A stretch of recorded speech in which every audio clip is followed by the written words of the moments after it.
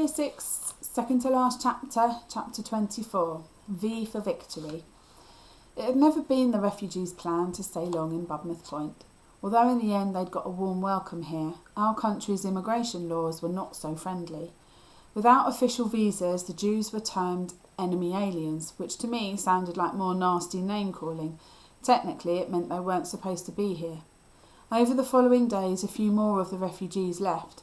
Mr. Geffen headed to Canada, Miriam and Reuben, Elise and Jacob for America.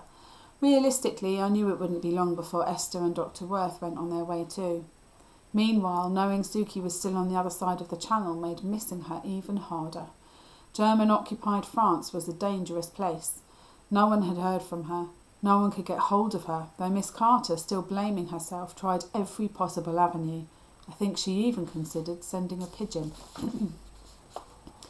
I felt hopeless because there was nothing I could do. It was unbearable to think we'd come this far, and Sookie might not make it home safely. Yet much as I adored my sister, I was beginning to understand Mum's view too. Sookie was brilliant, but she wasn't necessarily careful.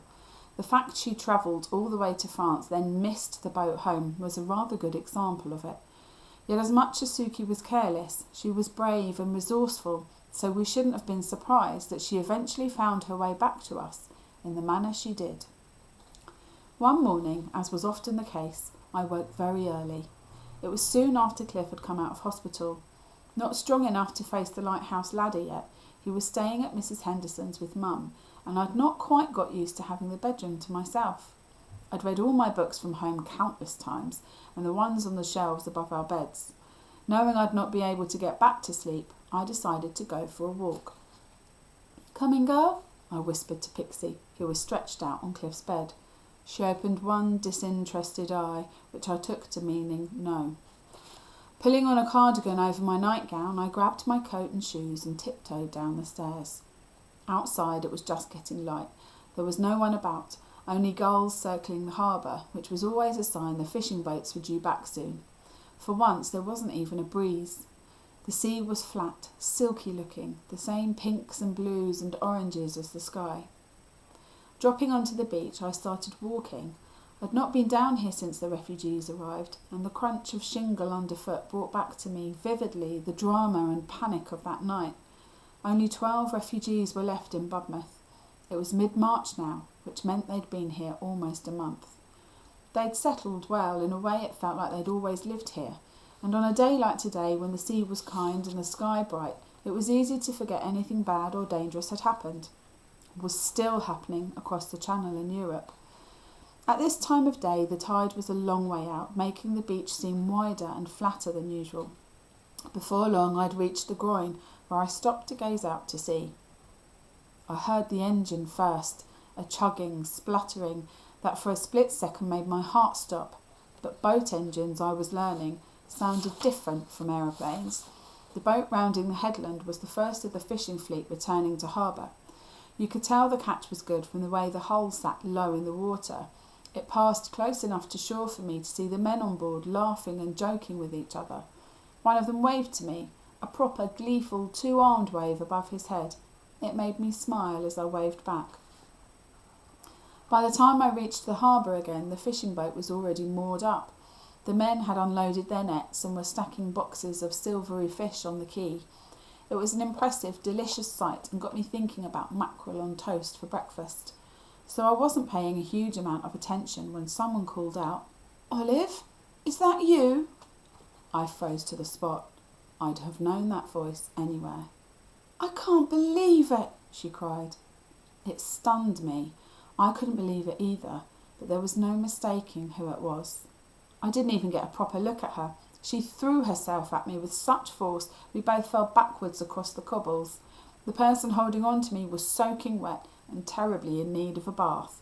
I didn't care. I clung to her as tight as she clung to me. "I saw you on the beach," Sookie mumbled against my neck. "I was on the fishing boat waving." She was sobbing and laughing all at once. So was I. When at last we pulled apart, I looked at her properly and thought for one awful moment there'd been a mistake. This wasn't my sister at all, but a stranger.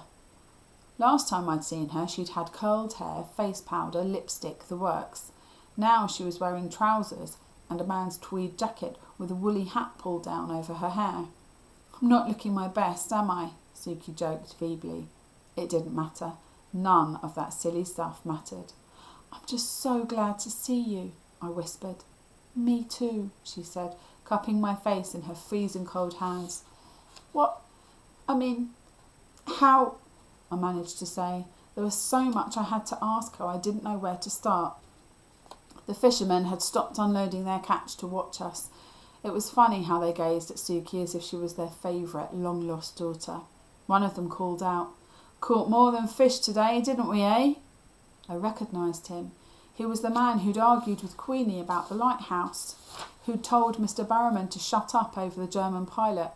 I'd had him down as an old curmudgeon, but not any more. He was the man who'd brought my sister safely home. I stared at Sookie. "Where did they find you?"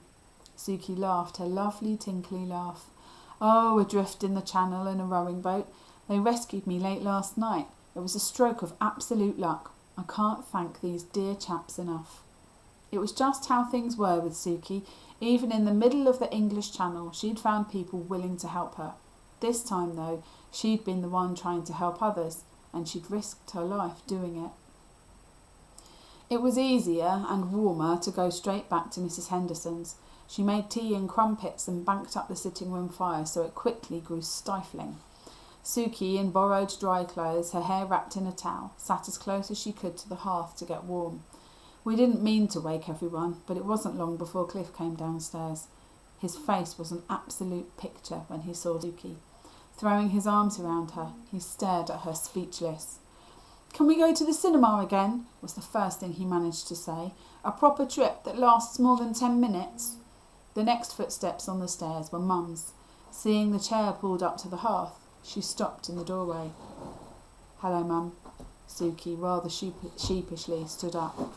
"Oh, Sookie," Mum said quietly. "You silly, silly girl." I braced myself for the hugs, the kisses, the happy tears.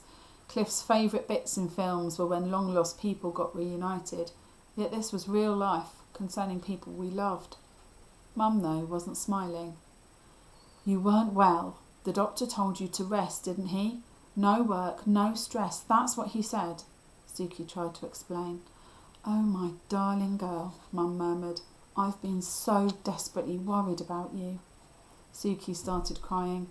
"I was only trying to help. I knew you wouldn't want to let anyone down." When they hugged, it was like watching two people cling to each other for dear life. It was quite overwhelming, and so typical of Mum and Sookie, whose love for each other was always the boldest, fiercest kind. Eventually they sat down on the settee. Sookie, her feet tucked under her, leaned against Mum. "I've got some explaining to do," Sookie admitted, addressing me. "I'm so sorry I left you and Cliff during the air raid. I shouldn't have shouted when you came after me." Knowing what I knew now, it made sense that she had. Me calling Sookie at the top of my voice when she was pretending to be Mrs. Arby would have blown her cover.